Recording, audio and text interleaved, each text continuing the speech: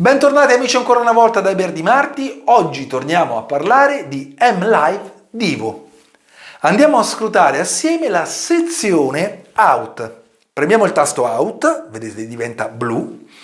In questa sezione noi notiamo subito che abbiamo 4 fader che sono virtuali. Abbiamo altri 2 controlli, il volume delle cuffie e del main, che invece vengono gestiti non dal touchscreen, ma dai potenziometri fisici del Divo. Quindi questa è la prima cosa che dobbiamo sapere. Poi, qui abbiamo e controlliamo l'uscita del MIDI, l'uscita dell'audio, l'uscita del click tramite uscita hardware, quindi l'apposita uscita dietro al Divo, l'uscita AUX, sempre anche questa dietro al Divo, l'uscita cuffie posta dietro al Divo e il main out posto dietro al Divo. Nel MIDI sappiamo bene che il fader controlla il volume, ok? Ma se andiamo sotto a setup andiamo a controllare l'equalizzazione parametrica dei MIDI. Il Divo come il Merish supporta questa funzione, quindi l'equalizzazione parametrica sul MIDI e sull'audio. Facciamo back. Se io vado a fare setup sull'audio, ecco qui che mi si sposta su audio e vado a controllare sempre le frequenze e i dB del mio equalizzatore parametrico per l'audio. Possiamo usare la scorciatoia per muoverci liberamente, vedete, MIDI e audio, quindi in maniera molto più veloce senza dover uscire con il back, e andare a controllare, a cambiare tutto in maniera molto semplice. Ricordiamoci che una volta che usciamo col back, la macchina ci chiede di salvare per avere i parametri che noi abbiamo impostato al prossimo riavvio del Divo, ormai lo chiamo Merish, ma è Divo. Poi andiamo avanti. Il click che possiamo dare al musicista o batterista, quindi tramite l'uscita fisica, e possiamo scegliere se dargli solo il metronomo oppure anche la melodia. Quindi quando sono evidenziati con il pallino significa che gli va il metronomo e gli va la melodia, quindi è attivata questa funzione. Quando sono spenti significa che il click, quindi l'uscita click, non viene abilitata.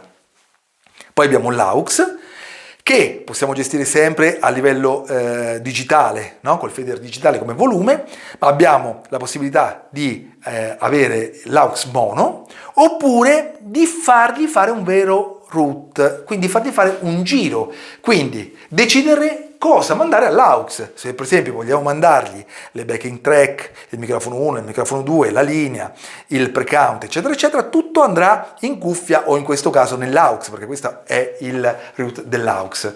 Se invece noi vogliamo escludere qualcosa, magari nell'aux io non voglio sentire il microfono 2, spengo il microfono 2 e quindi l'aux avrà tutto quanto tranne il microfono 2 attivato.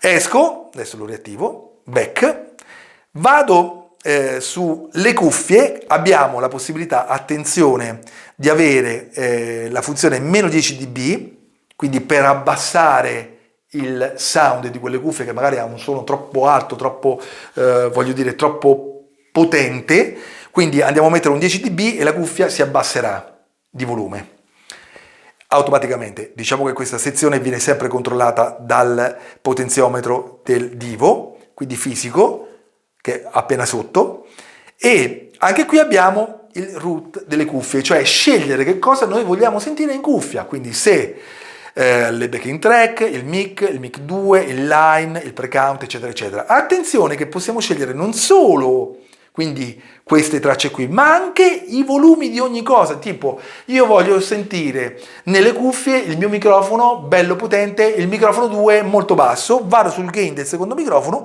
lo abbasso, quindi io in cuffia avrò il secondo microfono ovviamente più basso. Sono uscite indipendenti, quindi root indipendente, ciò significa che io nelle uscite, nel main out, avrò comunque tutto preciso e perfetto. Poi nelle cuffie o nell'aux regolerò a mio piacimento. Vado indietro nel back, adesso lo rimetto, ok, e poi abbiamo il main. Nel main possiamo scegliere lo stesso, il root, stessa identica cosa, il root, quindi di avere nelle casse il backing track, line in, mic 1, mic 2 e i volumi qui sono disabilitati, e avere il pre-count direttamente nelle casse. Questo perché? Perché è molto utile poter scegliere anche una cosa che io non voglio far uscire dall'impianto audio, allora lo posso andare a eliminare alla radice, alla fonte. Queste sono delle funzioni che noi troviamo nei mixer digitali più avanzati e che abbiamo messo dentro al Divo e dentro al Merish proprio per dare quella marcia in più al significato di mixer digitale, quindi avere un routing, chiamiamolo, molto interessante e molto configurabile. Ecco. Anche qui la stessa cosa, come avete visto prima per l'equalizzazione dei MIDI e dell'audio, abbiamo la schermata che ci permette di scegliere il routing nel main o nelle cuffie dell'aux, vedete? In maniera molto diretta.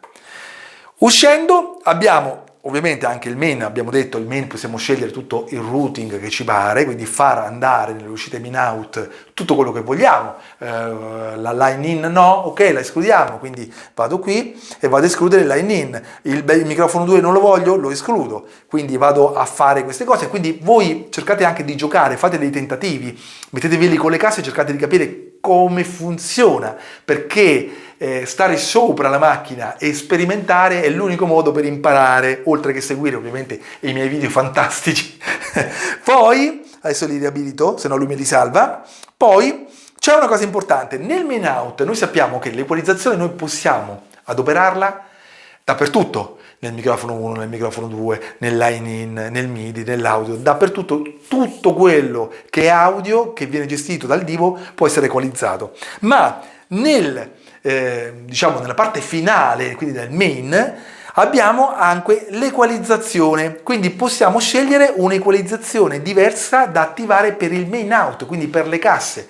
Facciamo un esempio, se noi andiamo in un ambiente che rimbomba parecchio, ok, dove abbiamo proprio quei bassi nelle casse particolari, se non abbiamo delle casse digitali e quindi poter intervenire direttamente sulla cassa, come facciamo? Ecco qui che questa funzione ci viene in aiuto. Vado ad abbassare le frequenze fino ai 250 Hz e eliminerò tutto quello che è il rimbombo e il basso magari che potrebbe essere troppo presente in ambienti piccoli o con le casse poste magari ad angoli, no? Delle pareti.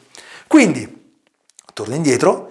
Detto questo, ragazzi, io finisco questa sezione che è appunto l'out. Vi ricordo di rimanere sintonizzati qui nel canale di Everty Marti, di mettere e attivare la campanella, mettere il mi piace, tutte le solite cose, condividere il video più che potete e ci vediamo alla prossima spiegazione che sarà le FX. Un abbraccio a tutti e al prossimo video. Un saluto anche alla M Live, sempre con grinta da Eber.